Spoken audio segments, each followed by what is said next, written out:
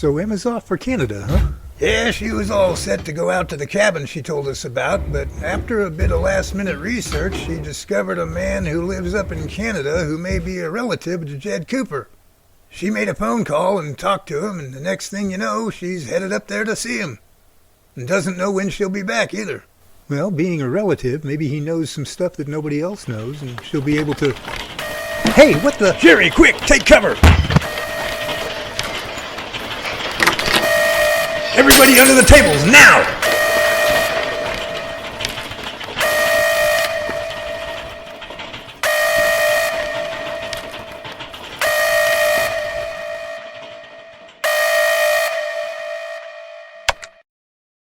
Okay, show of hands. Is everyone okay?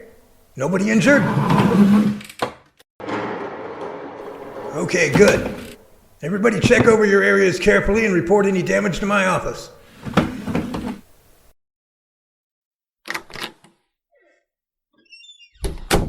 Jerry, you okay? Yeah, I'm fine.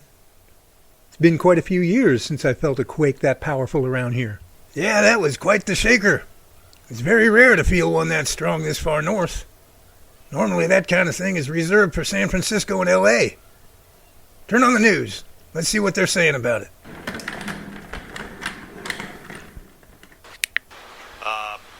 I have no idea how big of a quake this was, but it was really rocking and Jade, rolling. are you hearing anything? The lights have been shaking. Our brick pillars have been shaking. You okay, Lindsay? Yeah, I've never experienced anything like that before, especially here. I've been in the Bay Area before, but this one... We know that this building was put on rollers specifically for that reason, so it did shake us really good. Okay, looks like traffic is okay. Traffic lights are working. Yeah, it doesn't look like a power outage, but let's describe what was going on here in the studio. It just felt like we were gliding back and forth. Yeah, it was bizarre. We heard kind of, it sounded like a pop or an explosion right at first. Little boom. From the feed room, it almost sounded like a train was moving through. That's what it sounded like all of a sudden. That's pretty, a big rumble. that's pretty common. I understand we have... You have nothing? No, nothing on USGS as of No, yet. nothing yet. We should get a reading here pretty soon. But I am seeing some activity on Twitter. People are starting to... Yeah. So, guys, we definitely felt it here. We were sitting in our truck. I just want to walk you around to show you what just happened moments ago. I mean, I'm physically shaking. This was unbelievable. We were sitting right inside of our truck here. I was sitting in the passenger seat, and my photographer, Paul, who's holding the camera right now, was sitting in the driver's seat, and the car was moving back and forth. We looked back because we thought it was some sort of joke that maybe someone was shaking the car behind us. There hasn't been too much activity out here this morning, so we really sure what was going on. All of a sudden, I looked up, and these lights were flashing, and I'm not joking. The city hall right here was bending towards us. So we jumped out of the car thinking that the building was going to come tumbling onto the car. Can you believe this? My photographer grabbed his camera. I wonder how widespread the quake and was. All of a sudden, you can see and hear the cars starting to move. The car Dad, what are you doing? I'm calling Emma. Something's wrong. Sirens. Oh my God! The road! What is happening? It's split open right in front of me. Like it's just crumbling. Like a sinkhole? But it felt like everything shook. There's rocks tumbling down off the mountain into the road. And I mean into the road. Right down in that big crack. Oh God. I can't see the car that was in front of me. I hope they made it on the other side.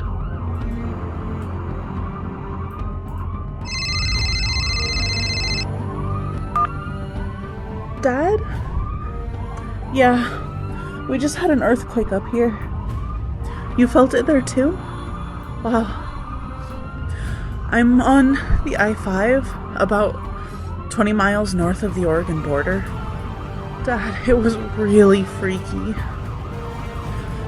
The whole road started to crack and split and fall apart about 200 yards in front of me. I hit the brakes so hard I think I left about 100-foot trail of rubber behind me. Now the traffic is all clogged up and nobody can move. Yeah, the police are here already, trying to gain control of the situation. It looks like they're gonna turn us all around and make us go back. If I have it figured right, I should be home in about an hour. Well, so much for my trip to Canada.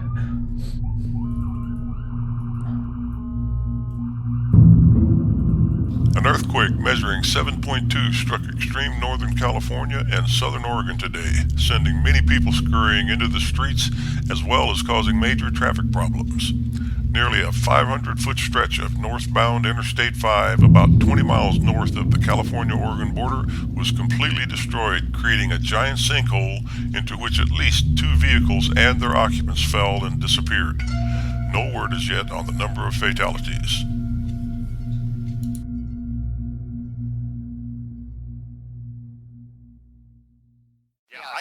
I've never experienced anything like that before, especially here. I've been in the Bay Area before, but this one...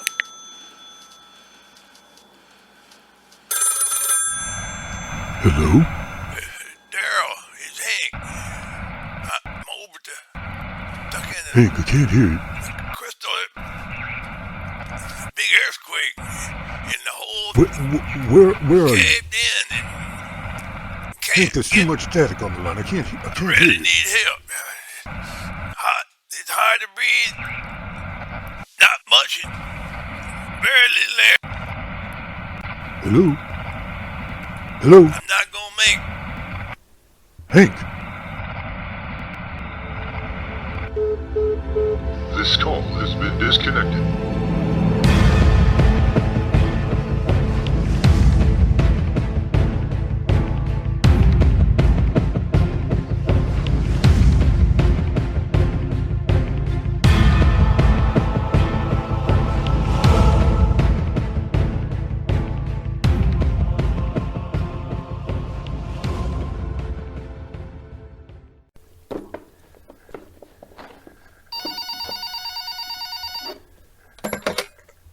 Bigfoot Research Lab, Jonathan Daltin speaking.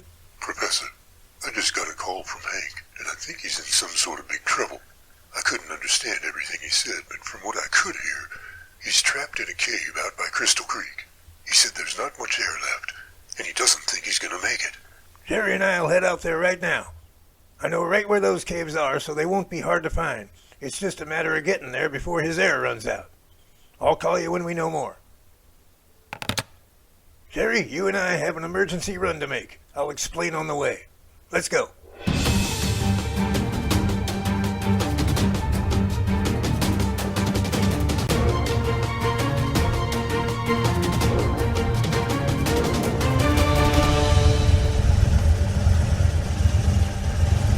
So Darrell says Hank called him from inside of a cave that collapsed during the earthquake.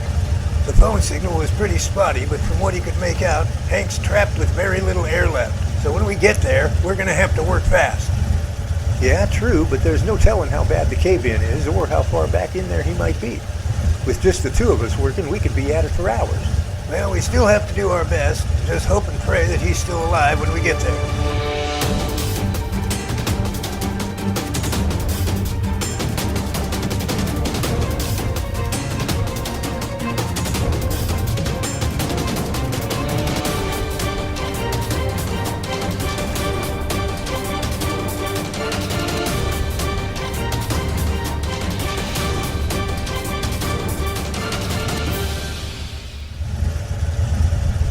Here we are. There's the caves. Good thing there's only 2 of them. It'll make it pretty obvious which one we need to work with. Jerry, do you see that? Yeah, it looks like a body. In fact, is that? Yep, it sure is. That's old Hank, laying there on the ground right in front of the cave entrance. Yeah, it looks like he's passed out. You said he was trapped in one of the caves. That's what Darrell said. What in holy halibut happened here? I don't know, but we better make sure he's okay. Go get that bottle of water between the seats. I think we're gonna need that. Will do. Hank? Hank, it's Jonathan Daltin. Hank, wake up. Come on, Hank. Wake up. What happened? Well, according to Darrell, you were trapped in a cave after it caved in. Your air was running out. You didn't think you'd make it. The $100,000 question is, how did you get out? I don't know. I really don't know.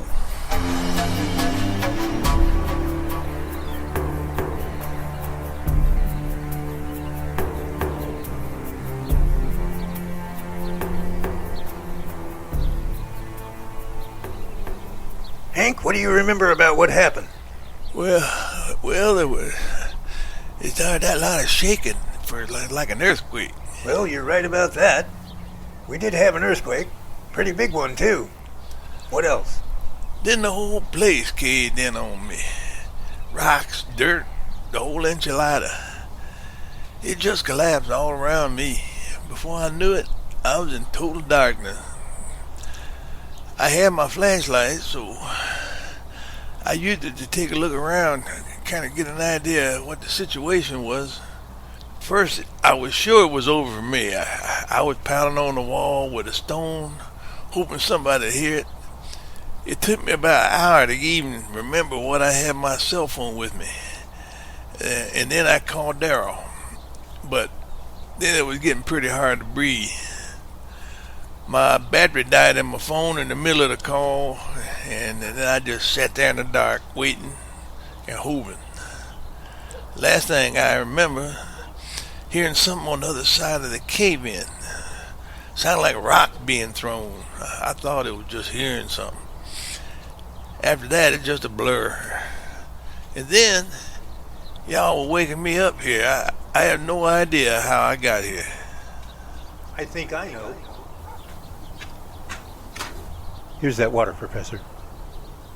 You know, I don't think either one of us noticed when we first walked up here because we were both so focused on Hank here. But do you see anything unusual about this beach? Take a look around. Footprints.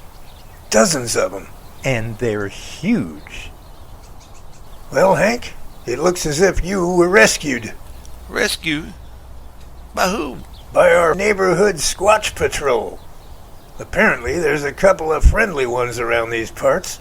It looks like they dug you out of the cave-in and put you out here for us to find.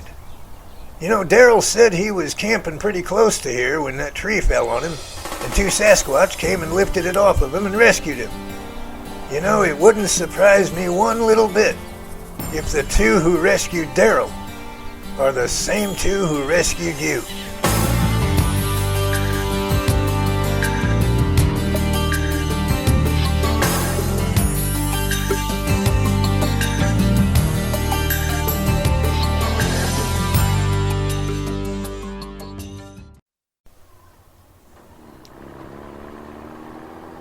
You know, Dad, it just never ceases to amaze me how the Sasquatch can do what they do. I mean, digging Hank out of the cave, saving his life the way they did. Who would have ever thought that they would do something like that? Well, they're no different from us in that respect. Just like there's good and bad humans, there's good and bad Sasquatch as well. Fortunately, we've encountered a few decent ones who are willing to help, and at least one who seems to have taken a liking to our cooking. Yeah, I haven't seen anything left behind by the one we've been feeding. He seems to like everything we make for him. But the really incredible thing that impresses me the most is that whole interdimensional bit that you talked about the other day. And that video we saw of the one stepping through the portal. You know, that opens up a lot of doors, no pun intended, about them being a lot more than just another creature of the earth. Remember what Captain Willis said about how he knows someone who's actually seen them stepping off of a UFO? So if they're connected with extraterrestrials, then I'm not a bit surprised that they're capable of using portals to go into other dimensions. Hey, look up ahead there. There's a car parked off the side of the road just sitting there. Yeah, that's a little unusual to see out here. That's not normally a designated parking spot. Looks like there's a couple of people inside. Want to pull over and see what's going on? I'm way ahead of you, son. The hood isn't up, so it's not too clear what the problem is, but we'll find out here in just a second.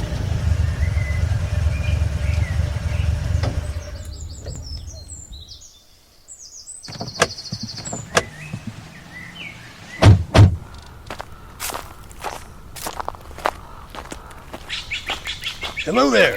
Are you two in some sort of trouble? No, we were just taking a few pictures. The view up ahead is just gorgeous, so we thought we'd pull off and grab a few shots. Well, you're certainly right about that. By the way, I'm Professor Jonathan Daltin. It's good to meet you. And at your passenger window over there is Jerry Hanson. Hi there. Good to meet you. I'm Ross Heinz, and this is my wife, Charlene. It's a pleasure to meet both of you. Charlene, good to meet you as well. Yeah, we thought you were in some sort of trouble. Nobody ever picks this spot just to pull over unless they have some sort of mechanical problem. Well, when we rounded the turn back there and I saw this gorgeous view, I told my husband we just had to stop and take a couple of pictures. Yeah, I don't blame you. It's a real eye-catcher for sure. Yeah, it sure is. You know, I've been here all my life and I know this area pretty well. So if you ever want to know about any other good locations for taking pictures, you just let me know. Here's my card. Professor Jonathan Daltin, Bigfoot researcher. You investigate Bigfoot? Yes, I do. So now that you know who I am and what I do, how about you tell me the real reason why you're sitting here on the side of the road? What makes you think there's another reason? Because most people around these parts don't carry a set of night vision cameras and a box of plaster of Paris around in the back seat of their car. You're a very perceptive man, Professor. Well, I guess since the cat's whiskers are sticking out of the bag, we might as well show you the whole cat. Honey, why don't you tell them what we're doing? My husband and I are from Washington State, and we came down here to do some research of our own. You see, I've seen the Sasquatch on many occasions. I don't know as yet what you believe them to be, but I've had enough experience with them to know that they are just not another earthly creature. They're capable of much more than I think any of us realize. Well, I think you two might be more on the same page with Jerry and I than even you might realize. You say you're from Washington? Yes, that's right. You wouldn't happen to know a man named Russell Witala, would you? Oh my God, you know Russell? Well, I don't happen to have any face-to-face experience with him, but I have met him through the internet, chatted with him a few times, and he sent me his book, Sasquatch, Shaman of the Woods. In fact, reading about some of Russell's experiences with Sasquatch is what kind of sealed the deal for me as far as believing in them being interdimensional, as well as their connection with UFOs. Oh, wow! We really are on the same page. Professor, I'm sorry we had to be so secretive about everything, but being in this business, I'm sure you know, you have to be careful about revealing certain things to certain people. Professor, I've seen things that would curl the hair of regular people who don't understand all this. I've seen them step through portals. I've seen them go in and out of cloaking. Crazy stuff.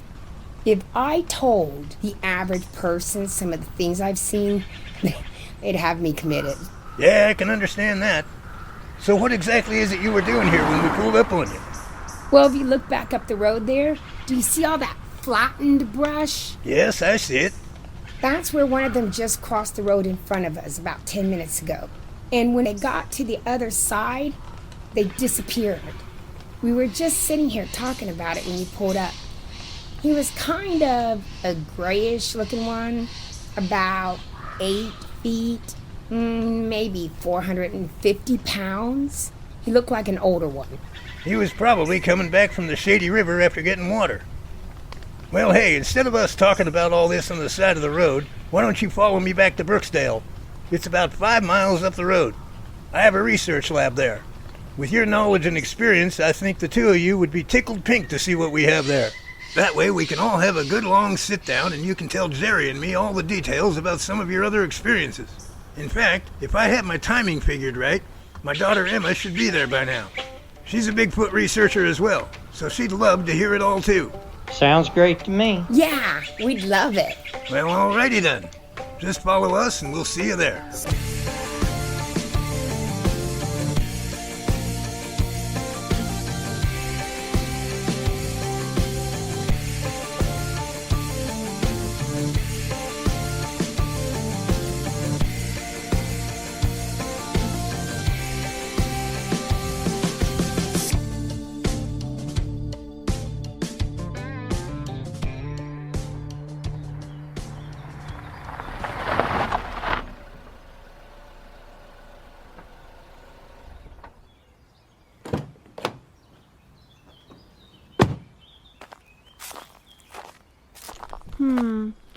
Dad's truck is gone.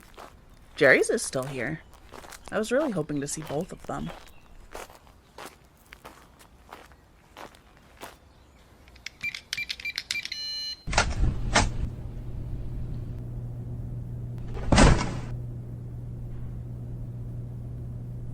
Well, the old hallway is coming along. Lots brighter in here than it was. Lots more welcoming, too. Hey, Emma. Hi, Jim.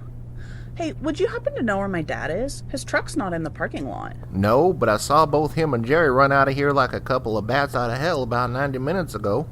Did either one of them say anything about where they were going? I heard the professor talking to Jerry about Crystal Creek and a cave-in, so that might be a pretty good clue, but that was about it. A cave-in? Yeah, I guess that quake must have caused a cave-in somewhere. All I know is they looked like they couldn't get out of here fast enough. Wow. Well, thanks for the info. I guess I'll just hang around here and... Dad? Yeah, hi. Are you okay? You are? You did? Oh, that's great news! I'm so glad he's not hurt. That must have been scary. Yeah, I just got back here to the lab about a minute ago. Once I got turned around and going again, my trip back was pretty quiet. So, how close are you? Oh, about this close? Oh my God, Dad, you scared the bejeebers out of me! Sorry, sweetheart. I thought you'd be further down the hall and not so close to the door. I had no idea you were so close. Yeah, I thought it would be kind of fun to surprise you. Hey, wait just a minute. Don't move. There's something on the floor in front of you. What is it? It's your eyeballs. Here you go. Oh, this is classic. I'm loving this. You can put these back in your head now. Oh my God. I haven't seen these since I was really little. I remember getting these in a box of cereal. Where on earth did you find them? They were in an old box of memories that I was going through. I've been carrying them around now for about 3 days, just waiting for a chance to use them. Well, I must say, you certainly did a good job of it. Hey, I want to introduce you to a couple of people we just met. I think you'll find they have a lot in common with us. This is Ross and Charlene Heinz. They're a couple of Bigfoot researchers from your neck of the woods up in Washington State. Ross, Charlene, this is my daughter Emma. Hello, Emma. It's nice to meet you. Hello, Ross. Nice to meet you, too. Emma, I can certainly see the family resemblance. Yeah, we're quite a bit alike in a lot of ways. Why don't we all go in the back room and have a seat? I'll put on a pot of coffee, and then you two can start telling us all about your encounters, and we'll see what we can learn from each other. Oh my God! I can't see the car that was in front of me. Emma, you're shaking. What's the matter? I keep having flashbacks of the freeway opening up in front of me and the car in front of me disappearing into the huge hole in the road. I hit the brakes and skidded to a stop, but the opening in the road kept getting closer and closer to me.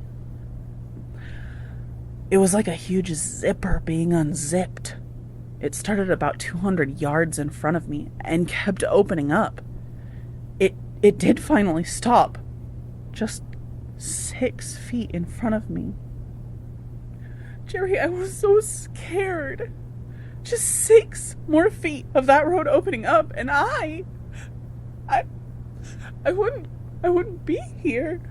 Oh, Emma. Come here. It was the most terrifying thing I've ever experienced. It's okay now. It's all over. You're safe and sound now. Do you hear me? Yeah, I do. I am so glad to have you home. It's okay now. It's okay. I'm right here. You're safe and sound.